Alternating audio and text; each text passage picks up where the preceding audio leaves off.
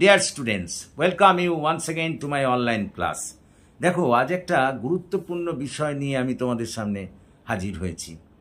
আজ West Bengal state ইউনিভার্সিটির political science অনার্সের 6th সেমিস্টারের ডিএসসি 5-এর শর্ট কোশ্চেন্সের অর্থাৎ যে অতি সংক্ষিপ্ত প্রশ্নের যে উত্তর করতে হয়, প্রথমেই থাকে কোশ্চেন পেপারের 5টির উত্তর করতে হয়, সেই এসএকিউ বা অতি সংক্ষিপ্ত প্রশ্নের একেবারে লাস্ট মিনিট সাজেশান উত্তর সহ তোমাদের কাছে হাজির হয়েছি।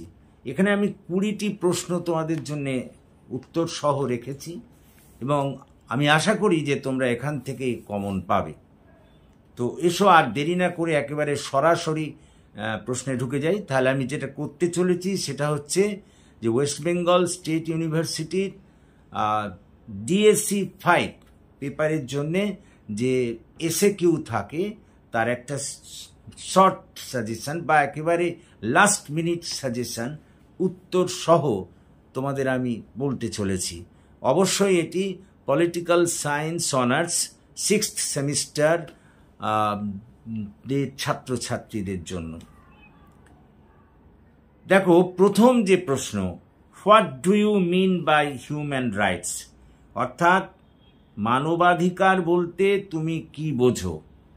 উত্তর, মানবাধিকার বলতে প্রকৃতপক্ষে সেই সমস্ত অধিকারকে বোঝায় যেগুলি মানুষের বেঁচে থাকার জন্য একান্তভাবেই প্রয়োজন হয়, অর্থাৎ যেসব ন্যূনতম অধিকার ছাড়া মানুষ জীবন ধারণ করতে পারে না এবং যেসব অধিকারকে কোনো মানুষকে, যেসব অধিকার থেকে কোনো মানুষকেই বঞ্চিত করা যায় না, তাকেই আমরা বলবো মানবাধিকার।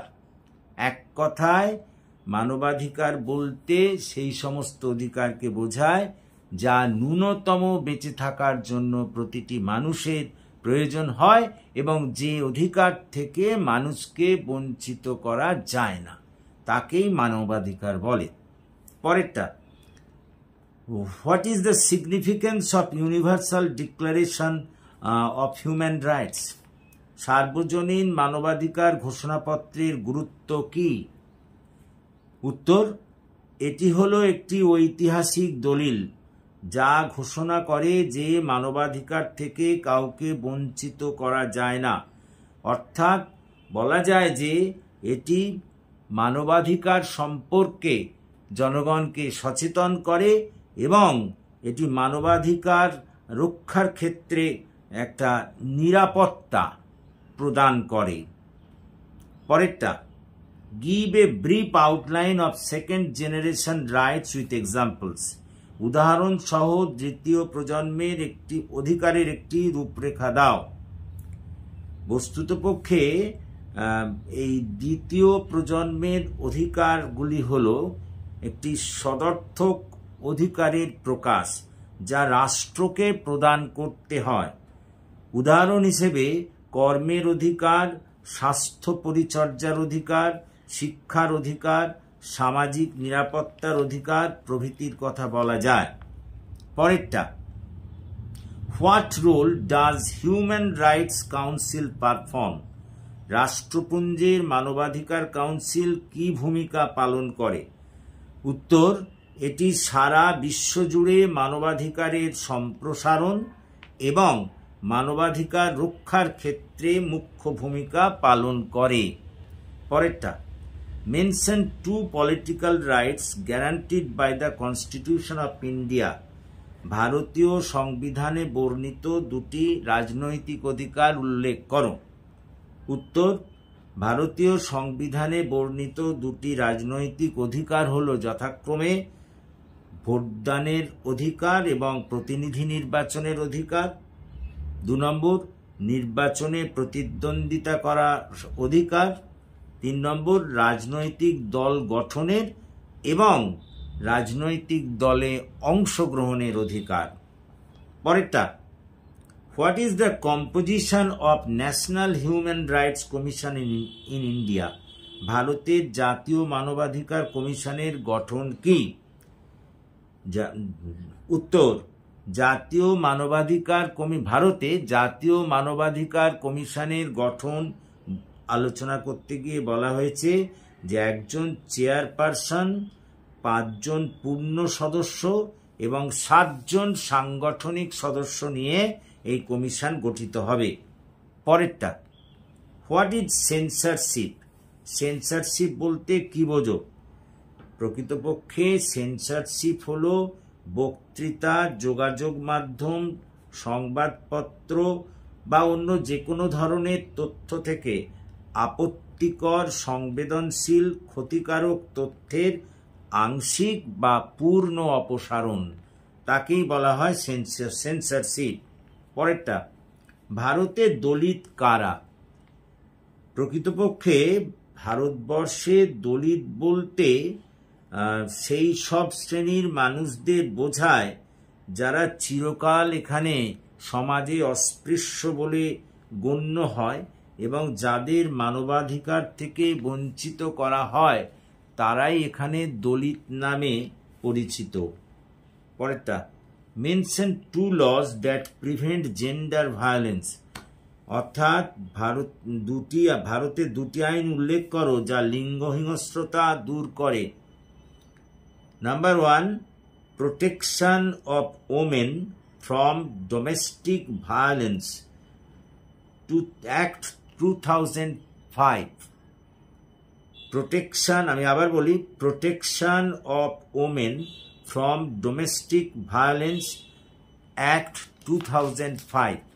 আরেকটি, protection of women from sexual harassment act 2013। Protection of women from sexual harassment act 2013। পরেরটা, mention 2 documents of human rights, অর্থাৎ মানবাধিকারের 2টি দলিল উল্লেখ করো। উত্তর, 1 নম্বর দলিল হলো universal declaration of human rights, universal declaration of human rights. আর 2 নম্বর দলিল হলো international covenant on economic, social and cultural rights, international covenant on economic, social and cultural rights. পরেরটা, what is convention against torture? নির্যাতনের বিরুদ্ধে convention কি? লেখো উত্তর, নির্যাতন এবং অন্যান্য নিষ্ঠুর বা অমানবিক বা অবমাননাকর আচরণ বা শাস্তির বিরুদ্ধে কনভেনশন, তাকেই বলা হয় কনভেনশন এগেনস্ট টর্চার। এটি সম্মিলিত জাতিপুঞ্জ দ্বারা ঘোষিত। পরেরটা, what is CEDAW? What is CEDAW? CEDAW কথাটির পুরো অর্থ হল convention on the elimination of all forms of discriminations against women. আমি আবার বলি, convention on the elimination of all forms of discriminations against women. পরেরটা, what is apartheid in the context of South Africa? দক্ষিণ আফ্রিকার পরিপ্রেক্ষিতে বর্ণবৈষম্যবাদ বলতে কি বোঝো?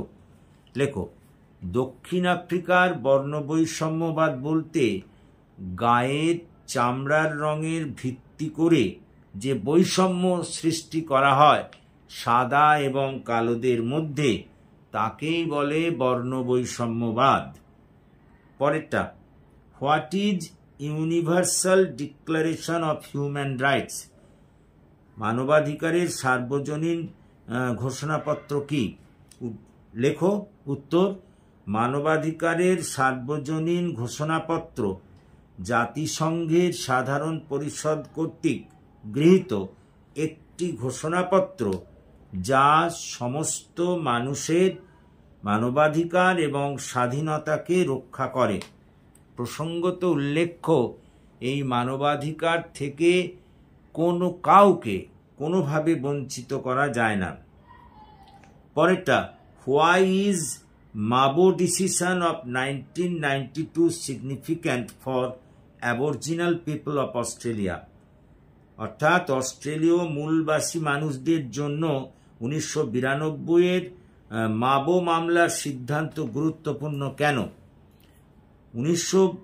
উত্তর, 1992 সালের মাবো মামলায় বলা হয় যে অস্ট্রেলীয় মূলবাসীরা এবং দ্বীপবাসীরা তাদের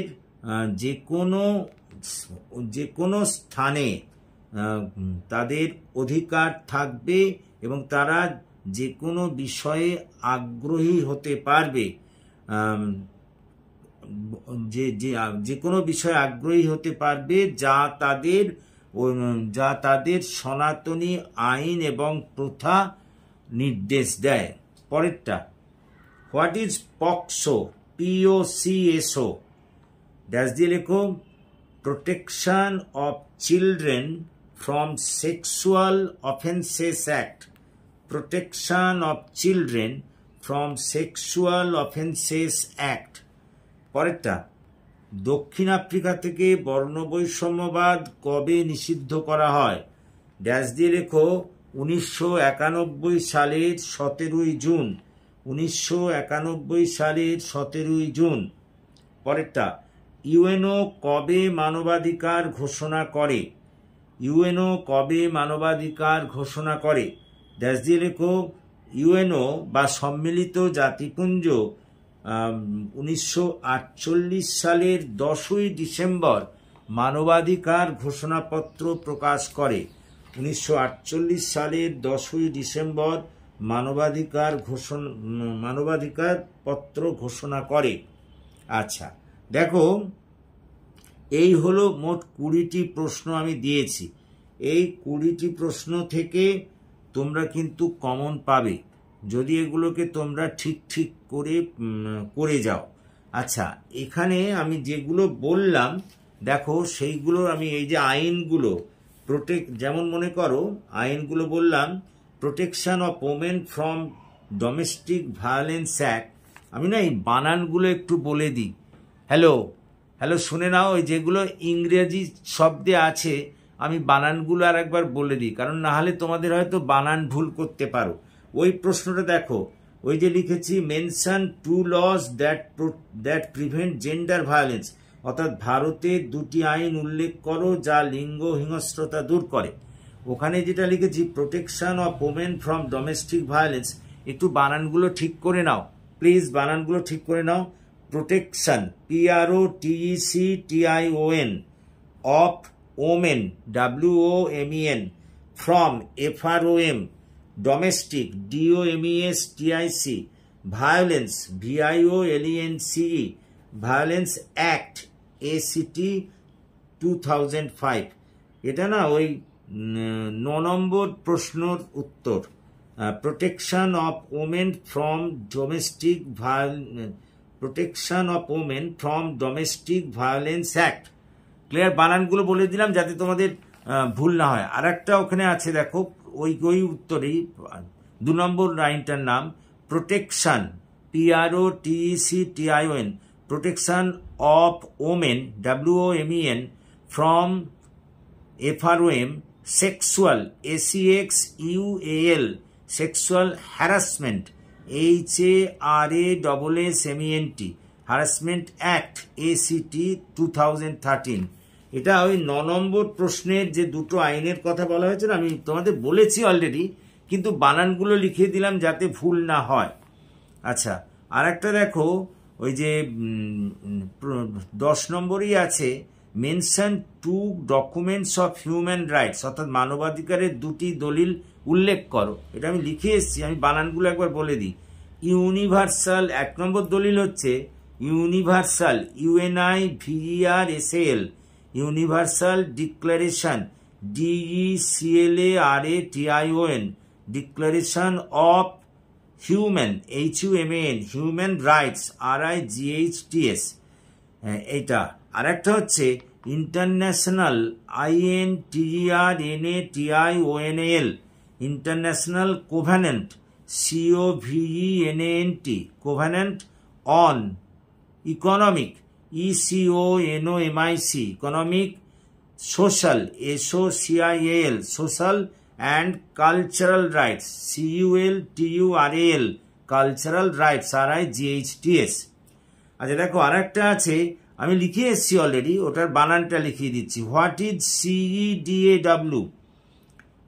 এটা হচ্ছে convention, CONVENTION, convention on the elimination,